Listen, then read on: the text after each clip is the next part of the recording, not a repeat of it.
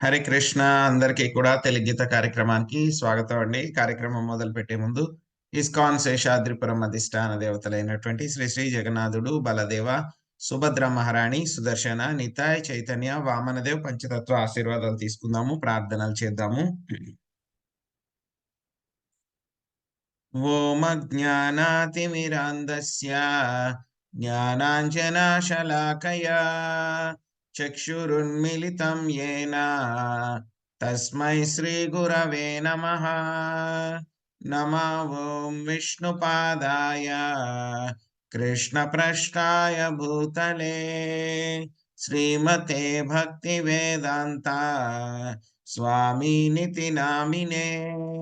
నమస్తే సరస్వతీ దేవే గౌరవాణి ప్రచారిణే నిర్విశేష శూన్యవాది పాశ్చాత్య దేశతారిణే.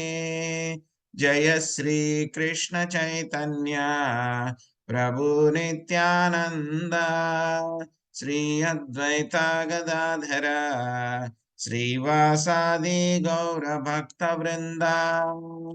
హరే కృష్ణ కృష్ణ కృష్ణ హరే హరే, హరే రామ రామ రామ హరే హరే. సో ఈరోజు మనము 5వ అధ్యాయము కర్మయోగము కృష్ణ భక్తి రసాభావిత కర్మము అనేటువంటి అధ్యాయంలో ఉన్నాము. ఈరోజు మనము 24, 25 శ్లోకాలు చూద్దాము.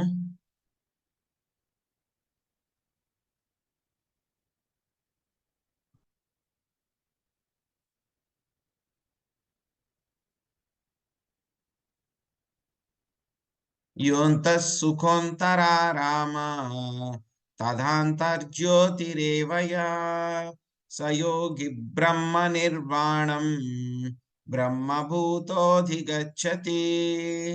తన అంతరంగమునందే ఆనందమును కలిగిన వాడును, ఉత్సాహవంతుడై అంతరంగమందే రమించువాడును, అంతరంగమందే లక్ష్యమును కలిగిన వాడును అగు మానవుడే నిజమైన యోగి శ్రేష్ఠుడు. బ్రహ్మభూతుడైన అట్టివాడు అంత్యమున పరబ్రహ్మమునే పొందగలడు. 25వ శ్లోకం. లభంతే బ్రహ్మ నిర్వాణం ఋషయా క్షీణ కల్మషా చిన్నాద్వైధాయతాత్మానా సర్వభూతాహితే రతా. అంతరంగమందే మనస్సు సంలగ్నమై సందేహముల నుండి ఉత్పన్నమైనట్టి ద్వంద్వములకు అతీతుడైన వాడును, సర్వజీవుల సంక్షేమము కొరకే ఉత్సాహముతో పనిచేయువారును, సర్వపాపరహితులైన వారును అగు ఋషులే బ్రహ్మ నిర్వాణమును పొందుదురు.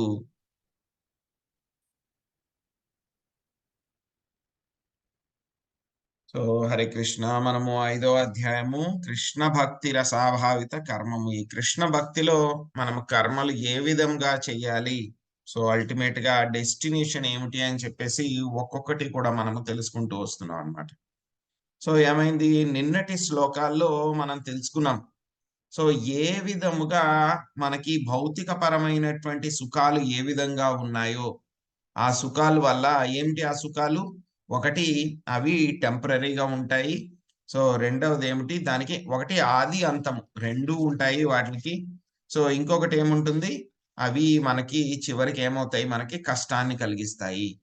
సో బుద్ధిమంతులైనటువంటి వాళ్ళు, తెలివితేటలు ఉన్నటువంటి వాళ్ళు ఎవరైతే ఉన్నారో వాళ్ళు అటువంటి సుఖాల్లో వాళ్ళు పాలు పంచుకోరు అని చెప్పి తెలుసుకున్నాం. సో ఆ తర్వాత ఎవరైతే కనుక సుఖాలను పాలు పంచుకోరని తెలుసుకున్నంత మాత్రాన సరిపోదు. మనకి ఇంద్రియాలు ఏవైతే ఉన్నాయో అవన్నీ కూడా నాకు ఆ సుఖం కావాలి, ఈ సుఖం కావాలి అని చెప్పి మనల్ని ప్రేరేపిస్తూ ఉంటాయి. అవన్నీ కూడా బలవంత పెడుతూ ఉంటాయి. వేగం, చాలా రకరకాలైనటువంటి ఫోర్సులు మనకి లోపల నుంచి వస్తూ ఉంటాయి ఇంద్రియ తృప్తి చేయడానికి. సో ఎవరైతే కనుక వాటిని అన్నిటినీ నియంత్రించుకోగలుగుతారో మరణ సమయం వరకు, సో వాళ్ళు ముక్తిని పొందగలరు, పరబ్రహ్మంలో స్థితిని కలిగి ఉన్నటువంటి వాళ్ళే అవుతారు అని చెప్పి తెలుసుకున్నాం. వాటిని ఎలాగ మనము రకరకాలైనటువంటి వేగాలు ఏవైతే ఉన్నాయి, వాచో వేగం, మనసా క్రోధ వేగం, జిహ్వా వేగం, ఉదరోపస్థ వేగం, సో వీటిలన్నిటి గురించి కూడా మనం తెలుసుకున్నాం అన్నమాట. సో బాగుంది, వేగాల గురించి అంతా కూడా తెలుసుకున్నాం మనం. కానీ ఏంటంటే కనుక ఇటువంటి ఎజిటేషన్స్ అన్నీ కూడా వస్తూ ఉంటాయి మనకి. అది ఒక్కరోజు మనం కంట్రోల్ చేసుకోవటం కాదనమాట. ప్రతిరోజు కూడా అవి ప్రతి క్షణము కూడా కొత్త కొత్త ఆలోచనలు, కొత్త కొత్త ఫోర్స్‌లు లోపల నుంచి అన్నమాట వేగం. సో, అది కావాలి, ఇది కావాలని కొత్త కొత్తయి అన్నీ కూడా వస్తూనే ఉంటాయి భౌతికపరమైనటువంటివి. ఒకసారి, 2 సార్లు, 10 సార్లు, 20 సార్లు, 100 సార్లు కాదు, లేదు అని చెప్తాం మనం. కానీ 101సారి మనం మళ్ళీ ఆ ఇంద్రియ తృప్తి భోగం చేయడానికి మనం చేసేస్తాము. అలా చెయ్యకుండా ఉండాలి అనంటే గనక మనం నెక్స్ట్ లెవెల్‌కి వెళ్ళాలి. ఏం చేయాలి? ఒకటి చిన్న పిల్లవాడున్నాడనుకోండి. వాడి చేతుల్లో ఏదో కత్తి పట్టుకున్నాడు వాడు. కత్తి పట్టుకుంటే గనక ఏమవుతుంది? తల్లిదండ్రులకు తెలుస్తుంది వాడు. వాడు కత్తి పట్టుకున్నాడు. ఎవరో చూసేవాళ్ళకి కూడా తెలుస్తుంది. ఆ కత్తితో ఎప్పుడైనా సరే వాడిని వాడు గాయపరుచుకోవచ్చు. ఎవరినైనా సరే గాయపరచవచ్చు. వాడిని వదిలిపెట్టరా అంటే గనక వాడు వదిలిపెట్టడు. కొంతమంది మొండి పిల్లలుంటారు. వదిలిపెట్టరు వాళ్ళు. అలాంటప్పుడు ఏం జేస్తారు తెలివైనటువంటి వాళ్ళు, వాడికి ఏదో ఒక చాక్లెటో, లేకపోతే గనక ఒక స్వీటో, మిఠాయో ఏదో ఒకటి ఇస్తే వాడేం జేస్తాడు, ఎందుకంటే చేత్తో పట్టుకోవాలి కాబట్టి ఆ కత్తిని పాడేసి, ఆ మిఠాయిని పట్టుకుంటాడు వెంటనే వాడు. సో, ఆ విధంగా ఆ పిల్లవాడు రక్షించబడతాడన్నమాట. సో, మనకి స్వామి చెప్పారు. ఈ భౌతిక పరమైనటువంటి ఆనందాలు ఏ విధంగా అయితే ఉన్నాయో అవి కత్తి లాంటివి. అదేమవుతాయి, మనల్ని అవి గాయపరుస్తాయి. మనకే ఆనందం ఉంది అని అనుకుంటాం. చూడ్డానికి అవి కత్తి చాలా అందంగా ఉండొచ్చు. కానీ ఏమవుతుంది కత్తి ఏమాత్రం ఏమరపాటుగా ఉన్నా సరే మనకి కోసుకుపోతుంది. అలాగే భౌతికపరమైనటువంటి సుఖాలు కూడా చాలా బాగున్నాయని చెప్పి మనకు అనిపిస్తూ ఉంటుంది. కానీ వెళ్తే గనక అందులో దిగితే గాని మనకి లోతెంతుందో తెలీదు అన్నట్లు సో, అందులో దిగితేనే మనకు అందులో ఉండే కష్టాలు తెలుస్తాయి. సో, కాబట్టి మనం ఏం చేయాలి ఇప్పుడు దాన్ని వదిలిపెట్టాలి. వదిలిపెట్టాలి అంటే గనక మనకి హయ్యర్ టేస్ట్ ఉండాలి. ఆ భౌతిక సుఖాల కన్నా మనకి చాలా ఉన్నతమైనటువంటి ఆనందం కలిగి ఉండాలి. ఆనందాన్ని మనం తెచ్చుకోవాలన్నమాట. సో, మనకి ఈ యొక్క సెన్సువల్ అర్జెస్ నేను చెప్పుకున్నటువంటివి. సో, వాటిల్ని మనము తట్టుకొని నిలబడాలి అనంటే గనక యోగులు గాని, భక్తులు గాని నిలబడాలి అంటే గనక ఎలా ఉండాలి? వాళ్ళ యొక్క ఆనందము, కర్మలు, వాళ్ళ యొక్క లక్ష్యాలు అన్నీ కూడా అంతర్ముఖంగా ఉండాలి. అవన్నీ కూడా అంతర్ముఖంగా ఉండాలి. అంతర్ముఖంలో ఉన్నటువంటి వాడు ఏం చేస్తాడు? వాడు ఆనందం కోసం ఎక్కడికి బయటకి వెళ్ళడు. వాడి ఆనందం లోపలే అనుభవిస్తూ ఉంటాడు. సో, వాడు ఎక్కడ ఎంజాయ్ చేయాలి అంటే గనక వాడు బయటికి వెళ్ళడు. ఆనందం వానిలో వాడే ఆనందాన్ని అనుభవిస్తూ ఉంటాడు. వాడికి లక్ష్యం ఏదైనా బయట పొందాలి అని ఏదైనా లక్ష్యం ఉంటే గనక ఏమి ఉండదు. వాడి లక్ష్యం ఏమిటి? అంతర్ముఖం. ఏంటి అంతర్ముఖము అనంటే గనక అదే మనకి ఈ శ్లోకంలో 24వ శ్లోకంలో చెప్పారన్నమాట. ఏంటి అంతర్ముఖం? బ్రహ్మభూత స్థితి. బ్రహ్మభూత స్థితి. ఇదేంటి? ముక్తుడైనటువంటి వాడి యొక్క స్థాయి అన్నమాట. సో, ఈ స్థాయిలో ఏమవుతుంది అనంటే గనక వాడు ఆనందాన్ని వాడు అంతర్ముఖంగా నిజమైనటువంటి సౌఖ్యాన్ని, ఆనందాన్ని వాడు అనుభవిస్తూ ఉంటాడన్నమాట. వాడు బయట పొందేటువంటి భౌతిక ప్రపంచంలోని ఆనందాల కోసం వాడు వెంటపడడు. బయట ఆనందాల కోసం వెంటపడడనమాట వాడు. సో, చూస్తూ ఉంటాం మనం ఎక్కడికైనా బయటికి వెళ్ళినప్పుడు, లేకపోతే గనక మన పిల్లలతోనే మనకి ఎక్స్‌పీరియన్స్ ఉంటుందనమాట. ఎప్పుడైనా బయటికి తీసుకెళ్ళామనుకోండి, చిన్న పిల్లవాడిని ఏదో తిరునాళ్ళకో, లేకపోతే ఒక షాపింగ్ మాల్‌కో ఎక్కడికైనా తీసుకొని వెళ్ళామనుకోండి. రోడ్డు మీదకి ఎక్కడైనా షాప్స్ దగ్గరికి తీసుకొని వెళ్తే, సో, చిన్న పిల్లవాడికి ఎలా ఉంటుంది వాడికి చాలా చంచలంగా ఉంటారు చిన్న పిల్లలు. సో, ఏది చూస్తే అది నాకు కావాలి, నేను తినాలి, నాకది ఇవ్వి అని చెప్పి గొడవ పెడుతూ ఉంటారనమాట. ఒక్కొక్కసారి వాళ్ళు రోడ్డు మీద చేసేటువంటి తిండి పదార్థాలు, తినుబండారాలు అవన్నీ కూడా కావాలంటారు. అవన్నీ కూడా చాలా తక్కువ క్వాలిటీ తోటి చేసేటువంటివుంటాయి. అవి తింటే గనక ఏమవుతుంది ఆరోగ్యం కూడా పాడవుతుంది ఒక్కొక్కసారి పిల్లలకి. ఒక్కొక్కసారి పిల్లలు బాగా ఐస్ క్రీమ్ కావాలని మారం చేస్తారు. వాడికి జలుబుంటుంది. అయినా సరే ఐస్ క్రీమ్ కావాలి నాకు అంటారు. తల్లిదండ్రులు ఏం చెప్తారు వాడికి మెల్లిగాను, "వద్దు నాయనా అది తినకూడదు. తింటే నీకు మళ్ళీ జలుబు చేస్తుంది. గాలి పీల్చుకోలేవు, ఇబ్బంది పడతావు. లేకపోతే గనక నీకు అజీర్తి కలుగుతుంది, ఇండైజెషన్ అవుతుంది. తినకూడదు" అని చెప్తారని. చెప్తే కొంతమంది పిల్లలు ఒప్పుకుంటారు. కానీ కొంతమంది పిల్లలు ఇంకా మారం చేస్తారు. అప్పుడు తల్లి ఏం చేస్తుంది వాడికి, "నాయనా ఇంట్లో నేను నీకు చేసి పెడతానులే. సో, ఇంట్లో ఆల్రెడీ నీకు మిఠాయిలు చేసి పెట్టాను. సో, నీకు లేకపోతే గనక ఇంట్లో ఈ చిప్స్ చేసి పెడతాను. లేతే అవి వేరే వంటకాలు ఏదో ఒకటి కొత్త కొత్తవి అవన్నీ కూడా ప్రసాదం అది భగవంతుడికి పెట్టింది నీకు చాలా టేస్ట్‌గా ఉంటుంది. అది పెడతాను" అని చెప్పి పిల్లవాడికి చెప్తుందనమాట. సో, చెప్తే గనక ఆ పిల్లవాడు అప్పుడు ఊరుకుంటాడు. ఇంకా కొంతమంది పిల్లలు ఊరుకోకపోతే ఏం చేస్తారు, తల్లిదండ్రులు పాకెట్‌లోనే పెట్టుకొనొస్తారు బ్యాగ్‌లోనే. ఎందుకంటే వీడు అడుగుతాడని చెప్పేసి. వెంటనే అయి తీసి వాడికిస్తారనమాట. వాడి చేతిలో పెడతారు. వాడు చిన్న పిల్లవాడు ఏం చేస్తాడు, వాటిని తీసుకొని తింటూ ఉంటూ, ఆ బయట విషయాలు ఏవైతే ఉన్నాయో, అనవసరమైనటువంటి విషయాలు ఏవైతే ఉన్నాయో వాటిని మర్చిపోతాడనమాట. సో, అలాగే మనము కూడా ఈ భౌతికపరమైనటువంటి విషయాల నుంచి బయటపడాలి. వాటి పట్ల మనకి ఆసక్తి తగ్గాలి అంటే గనక, మనకి వాటికంటే కూడా ఉన్నతమైనటువంటి టేస్ట్, రుచి ఉన్నటువంటి భక్తి యోగాన్ని మనం పాటించాలి. సో, ఏమవుతుంది? యొక్క భక్తి చేయడం అనేటువంటిదే అంతర్ముఖము. మనము మనంతటా మనకి భక్తి చేస్తే గనక మనకు ఆనందం ఎక్కడి నుంచొస్తుంది? బయట ఎక్కడి నుంచో రాదు. అంతరంగంగా మనకి లోపల నుంచే కనుక మనకి యొక్క ఆనందం అనేటువంటిది వస్తుందనమాట. సో, ఇక బ్రహ్మభూత స్థితి గురించి మనకి 18వ అధ్యాయంలో గూడా చెప్పారు. బ్రహ్మభూత ప్రసన్నాత్మ నశోచతి నకాంక్షతి సమసర్వేషు భూత్వేషు మద్భక్తిం లభతే పరం అని చెప్పారు. ఈ బ్రహ్మభూత స్థాయికి వెళ్ళిన వాడేంటంట 2 అట్రిబ్యూట్స్ ఉంటాయి వాడికి. ఒకటి శోచతి. సో, వాడెప్పుడు కూడా శోకానికి గురికాడు. అయ్యో! అలా జరిగిందే. అయ్యో! ఇలా జరిగిందే. వాడెవడో నన్ను అలాగన్నాడే. అలా అనకుండా ఉంటే బాగుండును. నేనా సమయంలో వాడికి ఇలా సమాధానం చెప్తే బాగుండును. అని చెప్పి ఇటువంటి శోకాలేమి కూడా వాడికి ఉండవు. తర్వాత మళ్ళీ రెండోదేంటి వాడికి నా కాంక్షతి. వాడికి ఎటువంటి కోరికలు కూడా ఏమీ ఉండవు. భౌతిక పరంగా. ఆధ్యాత్మిక పరమైన కోరికలుంటాయి వాడికి. భౌతిక పరమైనటువంటి కోరికలేవి కూడా ఉండదు. నా కాంక్షతి. సో, ఈ విధంగా మనము బ్రహ్మభూత స్థితిని పొందవచ్చనమాట.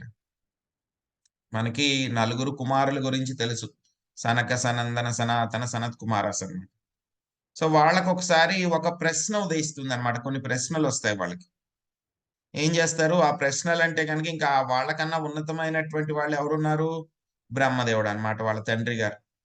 ఆయన దగ్గరికి వెళ్లి ఆ ప్రశ్నలన్నీ కూడా వేస్తారు. ఆయన దగ్గర కూడా దానికి సమాధానం లేదనమాట.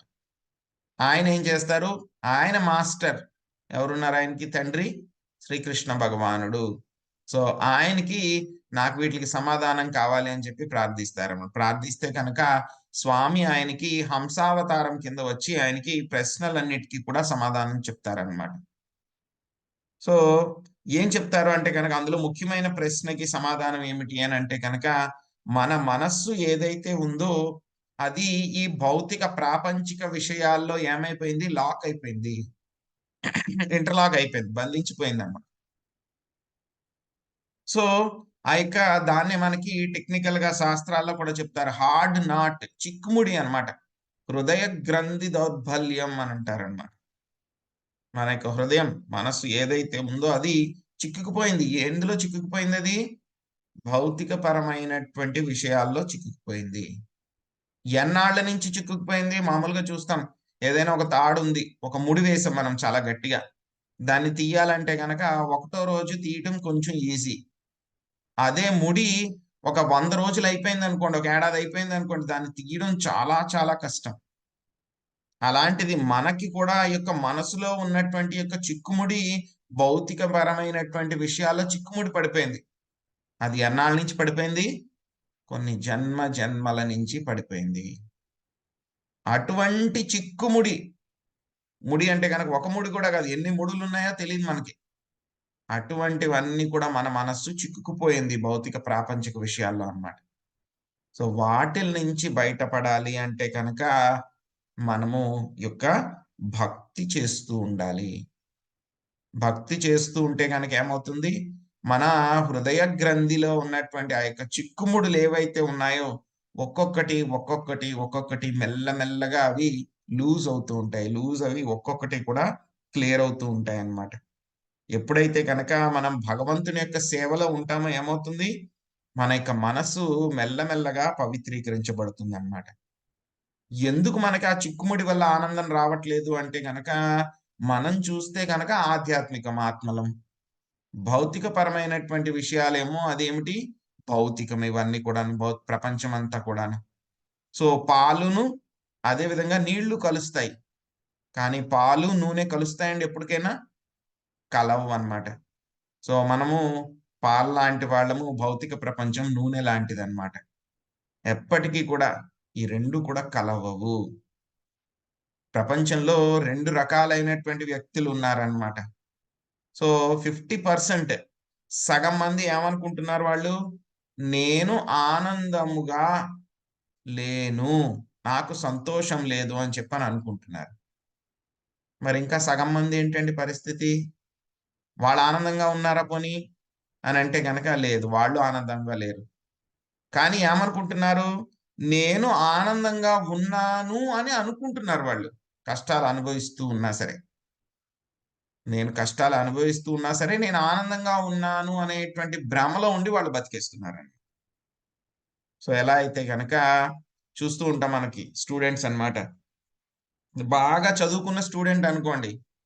వాడికి ఎగ్జామ్ అంటే గనక టెన్షన్ ఏమీ ఉండదు. ఎగ్జామ్ ముందు రోజు కూడా వాడు ఆడుతూ, పాడుతూ ఉంటాడు. హ్యాపీగా ఉంటాడు. అన్నీ చదివేసుకున్నట్టు ఉంటాడు. రెండో రకమైనటువంటి స్థాయి ఉంటుందన్నమాట. సో, వాడేంటి అస్సలు చదవలేదు వాడు. వాడెలాగో ఫెయిల్ అవ్వడం గ్యారంటీ. ఎంత ట్రై చేసినా, ఇప్పుడు ఎంత చదివినా సరే గ్యారంటీ వాడు ఫెయిలే అయిపోతాడు. వాడు ఆనందంగానే ఉంటాడు. కానీ ఇంకా మూడో కేటగిరీ ఉంటారనమాట. ఎవరు వీళ్ళు అంటే గనక, వాడు చదివాడు, కానీ పూర్తిగా చదవలేదు. చదివాడు, కానీ పూర్తిగా చదవలేదు. సో, పూర్తిగా చదివేసిన వాడు ఆడుతూ, పాడుతూ తిరుగుతూ ఉంటే గనక వాడిని చూస్తాడు. ఆహా! వాడు ఆడుకుంటున్నాడు నాకింకా అవ్వలేదు అని చెప్పి వీడు టెన్షన్ పడిపోతూ ఉంటాడన్నమాట. సో, అలాగా మనం అందరం కూడాను ఈ మధ్య స్థాయిలో ఉన్నామనమాట. సో, కాబట్టి మనం కూడా 100% మన ప్రిపరేషన్ ఏదైతే ఉందో ఎగ్జామ్‌కది త్వరగా మనం కంప్లీట్ చేసుకోవాలి. ఏమిటి అది? ఈ యొక్క హైయర్ టేస్ట్‌ని మనం పొందాలి. మనందరికీ తెలుస్తుంది భౌతికపరమైనటువంటి సుఖాలు ఇవన్నీ మంచివి కాదు, చెడ్డవి అని చెప్పి ఇవంతా కూడా మనం నేర్చుకున్నాము, విన్నాము. మెల్లమెల్లగా మనకే అర్థమవుతుంది ఆలోచిస్తే. కానీ మనం అక్కడే ఉండిపోతే గనక ఉండిపోలేమక్కడ. ఎక్కువ రోజులు ఉండిపోలేం. వెనక్కి వెళ్ళిపోతాం మళ్ళీను. మనకి ఉన్నతమైనటువంటి టేస్ట్ దొరకాలి. ఎలా అయితే గనక ఆ పిల్లవాడు చాక్లేట్ ఇచ్చిన వెంటనే కత్తి పాడేసి చాక్లేట్ పట్టుకున్నాడో అలాగా మనం కూడా చాక్లేట్ తెచ్చుకోవాలి. ఆ చాక్లేట్ ఎలా వస్తుంది మనకి? హరే కృష్ణ, హరే కృష్ణ, కృష్ణ కృష్ణ హరే హరే, హరే హరే హరే హరే రామ, రామ హరే హరే రామ, రామ రామ రామ రామ హరే హరే హరే. హరే నవవిధ భక్తుల్లో హరే గనక హరే మనము మనల్ని ఎంగేజ్ చేసుకుంటే గనక ఏమవుతుంది? మెల్లగా మనకి ఈ భౌతిక పరమైనటువంటి విషయాల నుంచి బయటపడి మనకి ఉన్నతమైనటువంటి టేస్ట్ ఒస్తుంది. అప్పుడు మనము ఈ ప్రాపంచిక విషయాల్ని పూర్తిగా వదిలిపెట్టగలుగుతాం అన్నమాట. లేకపోతే గనక టెంపరరీ అన్నమాట. వాటిల నుంచి దూరంగా కొన్నాళ్ళు ఉండగలం. ఎక్కువ రోజులు ఉండలేం. మళ్ళీ మనం వాటిలి వెనకాల పరుగులు పెడతాం అన్నమాట. సో, తర్వాత మళ్ళీ బానే ఉంది. Hire taste తెచ్చుకోమన్నారు. తెచ్చుకోమంటే గనక మళ్ళీ తర్వాతేమిటి? సో, తెచ్చుకోమంటే గనక ఏమవుతుంది? మనకి ఎలా తెచ్చుకోవాలి? తెచ్చుకునేటువంటి వాళ్ళు చేసేటువంటి పనులేమిటి? అంటే గనక అది మనకి 25వ శ్లోకంలో చెప్పారు. ఏమిటి ఆ శ్లోకంలో చెప్పింది? 4 రకాలైనటువంటి పనులు చేయాలి. ఒకటేంటి? అంతరంగమందే మనస్సుని సంలగ్నం చెయ్యాలి. లోపలికి మన మనస్సుని ఉంచుకోవాలంటే భక్తిలోనే ఉంచుకోవాలి మనస్సుని. రెండవది సందేహాల నుండి ఉత్పన్నమైనటువంటి ద్వంద్వాలకి పరమై ఉండాలి. మనకి చాలా చాలా అనుమానాలొస్తాయన్నమాట. సో, చాలా మనం భౌతిక ప్రపంచంలో ద్వంద్వాలు అంటే గనక మనం చూస్తూ ఉంటాం. మంచి, చెడు, సుఖ-దుఃఖాలు, ఇష్టాలు, అయిష్టాలు, ఎండ, చలి, హ్మ్. అదే విధంగా గౌరవము, అగౌరవము, లాభము, నష్టము, మంచి, చెడు ఇవన్నీ కూడా అన్నమాట. ఇవన్నీ కూడా ద్వంద్వాలు మనకి. సో, ఇటువంటి ద్వంద్వాల నుంచి మెల్లగా మనం ముందుకు వెళ్ళాలి. న్యూట్రల్ అవ్వాలన్నమాట. సమానంగా ఉండాలి. ఇంకా ఏం చేయాలి? సర్వజీవ హితము కొరకు పని చేయుట. దీని గురించి మళ్ళీ మనం చర్చించుకుందాం. దీని గురించి చూద్దాం డీటెయిల్‌గా. తర్వాత ఇంకేం చేయాలి? సర్వ పాప దూరులై ఉండాలి. పాపాలు చేయకుండా ఉండాలి. సో ఈ విధముగా చేస్తే గనక ఏమవుతుంది, ఆ విద్యార్థి ఎవరైతే గనక 100% చదివేసుకున్నాడు కదా, ఎగ్జామ్ కోసం ప్రిపేర్ అయిపోయాడు కదా, ఆ స్థాయికి మనం వెళ్ళగలం అన్నమాట. మనకి ప్రిపరేషన్ ఇంకా పూర్తవ్వలేదు. కాబట్టి మనం ఈ 4 పనులు కూడా మనం చెయ్యాలి. సో, ఇక 4 పనులు కూడా మనం చేస్తూ ఉంటే గనక మనకు కూడా ప్రిపరేషన్ పూర్తవుతుంది. సో, ఇక ముక్తి అంటే గనక చాలా మంది కన్‌ఫ్యూజ్ అయిపోతూ ఉంటారు. చాలా మంది చెప్తూ ఉంటారన్నమాట. ముక్తి అంటే గనక ఏం లేదు, మనం చనిపోతే గనక మనకు ముక్తొచ్చేస్తుంది అని చెప్తూ ఉంటారు. మరి చనిపోతే గనక ముక్తొచ్చేస్తే గనక ఎందుకు భయపడిపోతారు అందరూ కూడాను? మరణం అంటే గనక చనిపోతారంటే గనక ఎవరైనా సరే నువ్వు రేపు చనిపోతారు అంటే ఎందుకు భయపడతారు అందరూ కూడాను? అది ముక్తి కాదు. అది ముక్తి కాదు. ఒక స్టూడెంట్ ఉన్నాడనుకోండి, ఏడాది మొత్తం కూడా కష్టపడి చదువుతాడు. కష్టపడి చదివితేనే చివరి ఎగ్జామ్‌లో పాస్ అవుతాడు. సో, కాబట్టి ఈ ముక్తి స్థాయికి వెళ్ళాలంటే గనక మిగతా యోగులందరూ కూడా చాలా, చాలా, చాలా, చాలా కష్టపడాలి. సో, వాటి గురించి కూడా మనం చెప్పుకుంటాం. 6వ అధ్యాయంలో ధ్యాన యోగము, జ్ఞాన యోగం ఇవన్నీ కూడా ఎంత కష్టమో, అది కూడా మనం కలియుగంలో చేయాలంటే ఎంత కష్టం అని చెప్పి తెలుసుకున్నాం. కానీ భక్తి యోగం అనేటువంటిది చాలా సులభం. సుసుఖం కర్తుమవ్యయం. చాలా సంతోషకరంగా, ఆనందంగా చేయొచ్చు. సో, ఎందుకు అంటే గనక భగవంతుడితోటి మనము సంపర్కము కలిగి ఉంటాం శ్రీకృష్ణ భగవానుడితోటి. కాబట్టి ఏం జేస్తారాయన? గ్రేస్ మార్కులేస్తారాయన. పూర్తిగా 100% సిలబస్ చదివి వెళ్ళాలంటే గనక మన వల్ల గాదు. ఎగ్జామ్ రాయలేం. అందుకని చెప్పి ఏం జేస్తారాయన? గ్రేస్ మార్కులేసి మనల్ని పాస్ చేసేస్తారన్నమాట. శ్రీకృష్ణ భగవానుడు ఆయన ఏం చెప్పారు భగవద్గీత చివరిలో మనకి సర్వధర్మాన్ పరిత్యజ్య మామేకం శరణం వ్రజ అని చెప్పారు. సో అన్ని కూడా వదిలిపెట్టు నా శరణు తీసుకో అని చెప్పారన్నమాట. సో చైతన్య మహాప్రభు వచ్చినప్పుడు చూసారన్నమాట కలియుగంలో ఉన్నటువంటి వాళ్ళు వీళ్ళందరూ కూడాను సో ఈ విధమైన టెస్ట్ చాలా టఫ్ గా ఉంది కృష్ణ నేనే పెట్టేశాను గానీ చాలా టఫ్ గా ఉంది వీళ్ళందరికీ కూడాను ఈ టెస్ట్ అందరూ పాస్ అవ్వలేకపోతున్నారని చెప్పి ఆయన ఏం చేశారు కొంచెం రిలాక్సేషన్ ఇచ్చారు ఆయన ఎవరి కింద ఆయన గౌరంగ మహాప్రభు చైతన్య మహాప్రభు కింద వచ్చినప్పుడు ఆయన ఏం చేశారు ఓకే మీరు ఎగ్జామ్ రాయలేకపోతున్నారు కదా కనీసం మీరు ఎగ్జామ్కి వచ్చి మీ పేరు మీ రోల్ నెంబర్ వేసి వెళ్ళిపోండి నేను పాస్ చేసేస్తానని చెప్పారు మీరు రాయక్కర్లేదు ఆన్సర్లు అంతా కూడా వచ్చి మీ పేరు రోల్ నెంబర్ రాసి వెళ్ళిపోండి నేను పాస్ చేస్తాను మీరు ఎగ్జామ్ హాల్కి వస్తే చాలు అని చెప్పారు చైతన్య కానీ అక్కడికి కూడా చాలా మంది రావట్లేదు ఎగ్జామ్ హాల్కి కూడా వచ్చి పేరు రాసి వెళ్ళండి రా బాబు మిమ్మల్ని పాస్ చేస్తాం అన్నా సరే రావట్లేదు ఎవరు అప్పుడు నిత్యానంద మహాప్రభు వచ్చారనమాట ఆయన ఏం చేశారు వీళ్ళకి ఎగ్జామ్ హాల్కి వచ్చి రాయడం కూడా కష్టంగా ఉంది పేరు రాయడం కూడా కష్టంగా ఉంది కాబట్టి నేనే వాళ్ళ ఇంటికి వెళ్తానని చెప్పేసి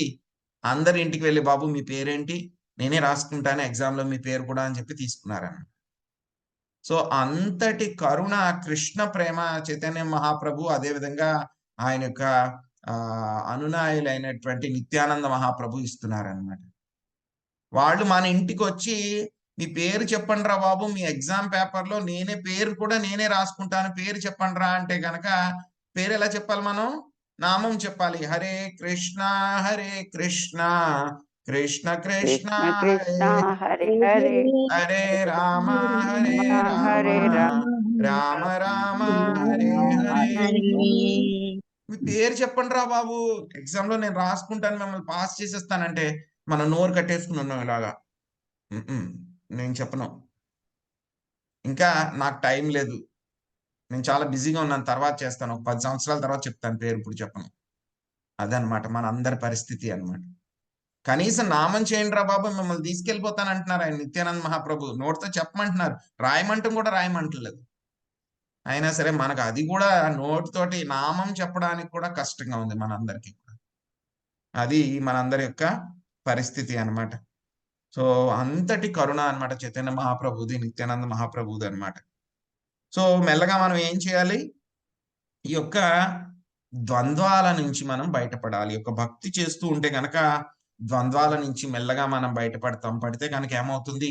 ఎలా తయారవుతాం అంటే మెల్లగా మనకి బంగారం అయినా సరే రాయి అయినా సరే రెండింటినీ కూడా సమానంగా చూడగలిగే స్థాయికి వెళ్తాం అన్నమాట ఎందుకు చూడగలుగుతాము అవి రెండు కూడా భౌతిక పదార్థాలు ఇక్కడే ఉంటాయి అవి నేను వెళ్ళిపోయినప్పుడు, చనిపోయినప్పుడు నాతో పాటు అవి రావు. కాబట్టి ఆ 2 కూడా ఒక్కటే నాకు అని చెప్పి అటువంటి స్థితికి మెల్లగా మనం చేరుకోవడానికి ప్రయత్నించాలి. సో, దాన్నే ఏమంటారు? బ్రహ్మన్ విజన్ అంటారనమాట. సో, ఈ యొక్క విజన్ ఆ విధమైనటువంటి దృష్టి కలిగినటువంటి బ్రాహ్మణుడు ఏం చేస్తాడు? హ్మ్. బ్రాహ్మణుడిని గాని, చండాలుడిని గాని, ఏనుగుని గాని, కుక్కని గాని, కుక్క మాంసం తినేటువంటి చండాలుడిని గాని అందరిని కూడా సమానంగా చూస్తాడు. ఎందుకంటే గనక ఆయన చూసేది ఏమిటి? భౌతిక పరంగా వాళ్ళ యొక్క శరీరాల్ని చూడడాయన. వాళ్ళందరి హృదయాల్లో ఉండేటువంటి ఆత్మ, అదే విధంగా వాళ్ళ పక్కనే ఉన్నటువంటి పరమాత్మని చూడగలుగుతారన్నమాట. సో, ఈ విధమైనటువంటి దృష్టి మనం పెంపొందించుకోవాలన్నమాట. సో, ఏమవుతుంది? ఈ విధమైనటువంటి దృష్టి కలిగినటువంటి వ్యక్తులు ఏం చెప్పాం మనం? మూడో రకమైనటువంటి యాక్టివిటీ ఒకటి చేయాలని చెప్పుకున్నాం మనం. ఏం చేయాలి? సర్వజీవుల హితము కొరకు ప్రయత్నించాలి. సర్వజీవ హితము కోసం కూడా మనం ప్రయత్నించాలి. పాపదూరులై ఉండాలంటే పాపం చేయకుండా ఉండడం. భౌతికపరమైనటువంటి విషయాల్లో మనం ఉండకుండా ఉంటే గనక అది పాపదూరులే ఉండడం. సర్వజీవుల హితము కొరకు ప్రయత్నించాలి అంటే గనక అందరికీ కూడా మంచి కలిగేటువంటి పనులు చేయాలి. ఏమిటి? ఇక్కడ కూడా చాలా మంది కన్‌ఫ్యూజ్ అయిపోతారు. ఏమిటి అందరికీ కూడా మంచి కలిగేటువంటి పనులు చేయటము అంటే గనక కొంతమందంటారు అన్నదానం చేయండి. కొంతమందంటారు విద్యాదానం చేయండి. కొంతమందంటారు వాళ్ళకి బట్టలివ్వండి. కట్టుకోవడానికి బట్టలు లేదు. కొంతమందంటారు వాళ్ళకి ఉండడానికి ప్రదేశాలేమి లేవు. ఇల్లు లేవు కాబట్టి ఇల్లు ఇవ్వండి. వాళ్ళకి షెల్టర్ ఇవ్వండి. సో, ఇవి కొంతమందేమంటారు లేదు లేదు అవన్నీ ఇచ్చినా అనవసరం కాబట్టి వాళ్ళకి ఉద్యోగాలివ్వండి. వాళ్ళకి పని చేసుకోవడానికి అవకాశం కల్పించండి. వాళ్ళే సంపాదించుకొని వాళ్ళే తింటారు. సో, ఇలాగ ప్రతి ఒక్కళ్ళు కూడా రకరకాలుగా చెప్తూ ఉంటారన్నమాట వెల్‌ఫేర్ యాక్టివిటీస్. ఇవన్నీ కూడా ఏంటంటే మంచివే. ఎంతవరకు? భౌతిక పరంగా ఇవన్నీ కూడా మంచివి. కానీ అన్నిటికంటే కూడా ఉత్కృష్టమైనటువంటి వెల్‌ఫేర్ యాక్టివిటీ అందరికి కూడా మంచి కలిగేటువంటి పనులు, సమాజానికి మంచి కలిగేటువంటి పనులు అంటే గనక ఏమిటి? మనం వాళ్ళకి కృష్ణ చైతన్యాన్ని అందివ్వడం అన్నమాట.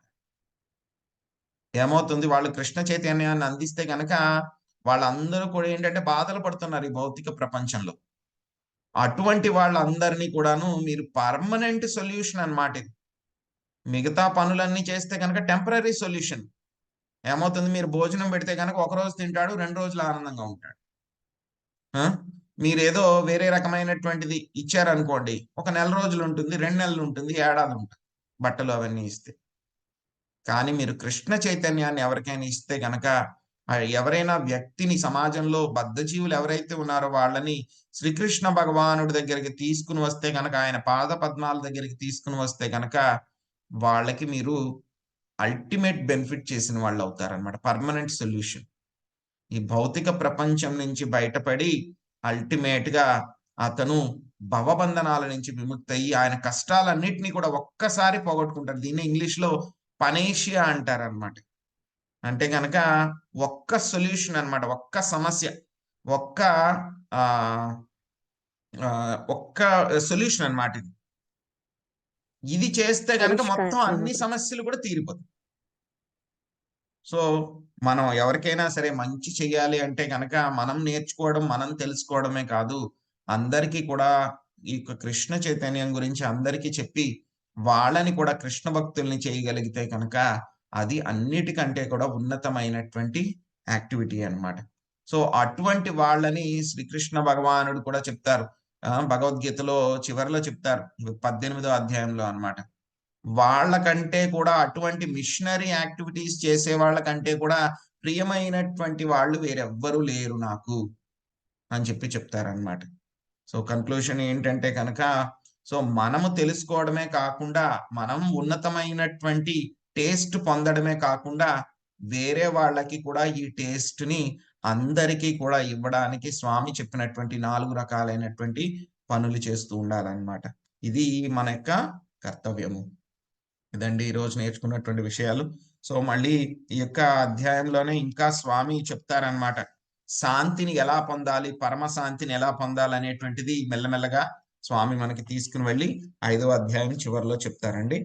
సో, ఇది ఈరోజు మనం నేర్చుకుందండి. ధన్యవాదాలు. ఎవరికైనా ఏమైనా ప్రశ్నలుంటే గనుక అడగండి.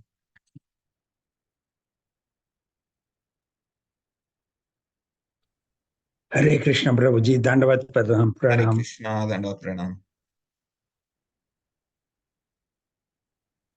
హరే కృష్ణ ప్రభుజీ, దండవత్ ప్రణామ్. హరే కృష్ణ, దండవత్ ప్రణామాలు. కృష్ణ చైతన్య ఉద్యమాన్ని ఎలా అందరికీ పంచాలని చాలా బాగా చెప్పారు ప్రభుజీ. హరే కృష్ణ. హరే కృష్ణ. హరే కృష్ణ హరే కృష్ణ ప్రభుజీ, దండవత్ హరే ప్రణామ్. కృష్ణ హరే ప్రభుజీ. కృష్ణ. హరే కృష్ణ ప్రభుజీ, దండవత్ ప్రణామ్ ప్రభుజీ. హరే కృష్ణ. హరే కృష్ణ. హరే కృష్ణ ప్రభుజీ.